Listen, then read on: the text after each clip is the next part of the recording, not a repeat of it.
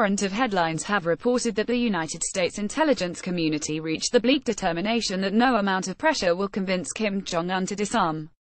Earlier this month, a Russian lawmaker said North Korea is preparing to test a long-range missile which it believes can reach the west coast of the United States. For months, news outlets have faithfully covered the latest updates on Kim Jong-un and North Korea's continued nuclear tests. While it is critical for the public to be made aware of these developments, we must not let it distract from the many other ongoing issues impacting national security. The Section 232 probe into the national security impact of steel imports is one such urgent matter that has not received the attention it deserves. The national security of the United States is currently at risk due to a flood of foreign steel imports. Our country has long been affected by the actions of governments in countries like China, Russia and others who subsidize their steel manufacturers and allow them to dump low-cost supply into our nation. This has contributed to a massive global steel overcapacity and driven prices on the global steel market down to a point where American manufacturers cannot compete.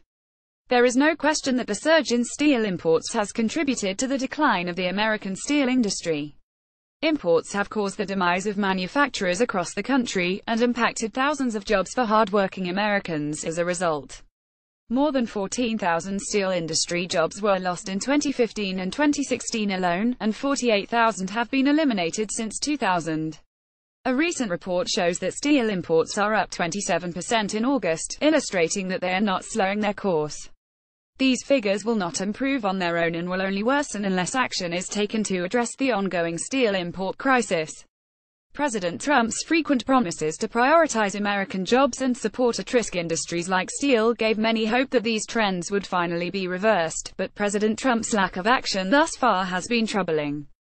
What's even more concerning, however, is the impact steel imports have on the security of our nation. As steel factories close in the United States, the military and some of our most vital industries become increasingly reliant on foreign suppliers.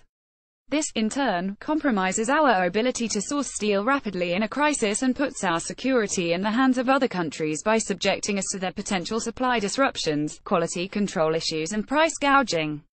It is dangerous to do nothing as our global competitors take obvious steps to push us completely out of the steel production market that is so critical to our nation's defense.